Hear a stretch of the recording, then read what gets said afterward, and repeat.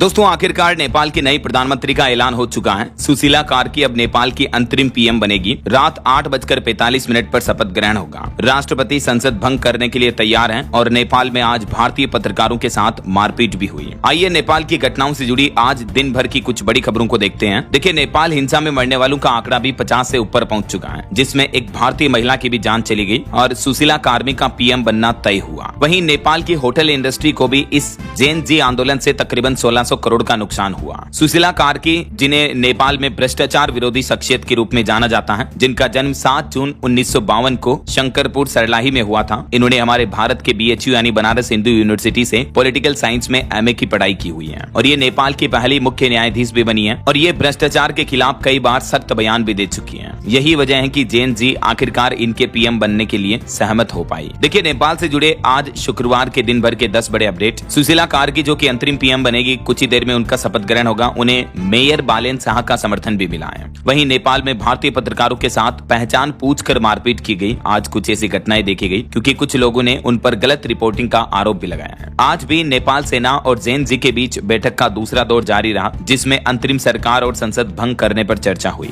नेपाल की राजधानी काठमांडू में अब हालात सामान्य होने लगे हैं। सेना गश्त कर रही है, दुकानें खुली और मलबा साफ किया जा रहा है। इधर भारत ने भी विशेष उड़ानों से अपने भारतीय नागरिकों को जो कि नेपाल में फंसे हुए हैं उन्हें निकालना शुरू कर दिया है। आंध्र प्रदेश के भी 140 लोग सुरक्षित वापस अपने वतन लौटे। कई भारतीय सोनोली और पानी टंकी जैसे बॉर्डर से भी वापस आ रहे हैं। दिल्ली काठमांडू बस अभी नेपाल में फंसी हुई है और वहीं अयोध्या के 8 यात्री भी हिल्सा में अटके हुए हैं। भारतीय वॉलीबॉल टीम को भारतीय दूतावास यानी इंडियन एम्बेसी ने बचाया। मेंबर उपासना गिल की वीडियो अपील वायरल हुई थी, उसके बाद इंडियन एम्बेसी ने यह काम किया। वहीं SSB ने नेपाल की जेल से भागे 67 कैदियों को भारत में घुसने से पकड़ा। इधर गाजियाबाद की राजेश गोला की होटल में आगजनी में मौत हो गई, जो एक भारतीय नागरिक हैं और होटल कारोबार 50% गिरा। जरूरी सामान भी नेपाल में महंगे हुए हैं। अब आखिरकार फाइनली ये तय हुआ कि सुशीला कार्की ही नेपाल की अंतरिम PM बनेगी। कांतिपुर टेलीविजन ने आगजनी के बाद ब्रॉडकास्टिंग फिर से शुरू की और नेपाल के पूर्व राष्ट्रपति बोले कि जेन जी की मांगे मौजूदा संविधान से पूरी हो सकती हैं। ये नेपाल में रिपोर्टिंग कर रहे भारतीय पत्रकारों के साथ मारपीट का एक वीडियो वायरल हो रहा, देख सकते हैं आप। अब नेपाल के सिंह दरबार में नया PM ऑफिस बनाने के लिए तैयार किया जा रहा, क्योंकि पुराने PM हाउस को तो जेन जी ने जलाकर राख कर दिया। यह ऑफिस मिनिस्ट्री के लिए बनाई गई बिल्डिंग में तैयार किया गया। 2 दिन पहले प्रदर्शनकारियों ने मुख्य बिल्डिंग में आग लगा दी थी। वहीं भारत नेपाल सीमा पर भी अब आवाजाही शुरू हुई। नेपाल में 51 मृतकों में से 30 की मौत गोली लगने की वजह से हुई है। नेपाल के स्वास्थ्य मंत्रालय ने खुद इस बात की जानकारी दी। वहीं नेपाल मानवाधिकार आयोग बोला कि संविधान के आधार पर संकट का समाधान निकालें। जेन जी के प्रदर्शनों के बाद राष्ट्रपति आवास की सुरक्षा बढ़ाई गई। नेपाल में मरने वालों में 3 पुलिसकर्मी भी शामिल हैं। नेपाली सेना ने सोशल मीडिया पर सेना से जुड़ी खबरों पर भरोसा न करने की भी अपील की है। आज नेपाली सेना प्रमुख राष्ट्रपति भवन पहुंचे। स्पीकर और नेशनल असेंबली अध्यक्ष बोले कि संविधान के दायरे में रहकर समाधान निकाले। और इधर नेपाल के नुक्खु जेल प्रशासन ने भागे हुए कैदियों से भी आत्मसमर्पण करने को कहा है। ये पोस्टर भी जारी किए, देख सकते हैं आप। इस बीच नेपाल से जुड़ी कुछ और बड़ी खबरें देखिए। नेपाल से पिंडदान करने बिहार गया जी आने वाली 100 बसें कैंसिल की गई। यात्री बोले कि पता नहीं बस में कहां आग लगा दे, 30,000 लोग यहीं ठहर गए। वहीं नेपाल में फंसे पंजाब के भी 92 लोग वापस सुरक्षित लौट आए हैं। आगजनी और कर्फ्यू के बीच भेरवा बॉर्डर पार किया। अमृतसर से जनकपुर धाम गए थे ये। और एक ग्राउंड रिपोर्ट आ रही है, देखिए आप। एक शख्स का कहना कि मेरे सामने गाड़ियां फूंक दी गई, लगा कि अब जिंदा नहीं बचूंगा। नेपाल से बिहार लौटने वाले लोगों में भी दहशत का माहौल है। बोले कि मौत सामने से निकल गई, हर तरफ आग ही आग थी। वहीं नेपाल में राजस्थान जयपुर के पर्यटकों की बस पर भी पत्थरबाजी हुई। फिर हुड़दंगियों ने धमकाया। 200 लोगों ने एयरपोर्ट में घुसकर जान बचाई। अब भूखे मरने की नौबत आ रही। कई लोग अपने परिजनों को वीडियो कॉल करके ये खबरों की जानकारी भी दे रहे हैं। और देखिए, नेपाल से रेस्क्यू हुई दिल्ली की उपासना गिल भी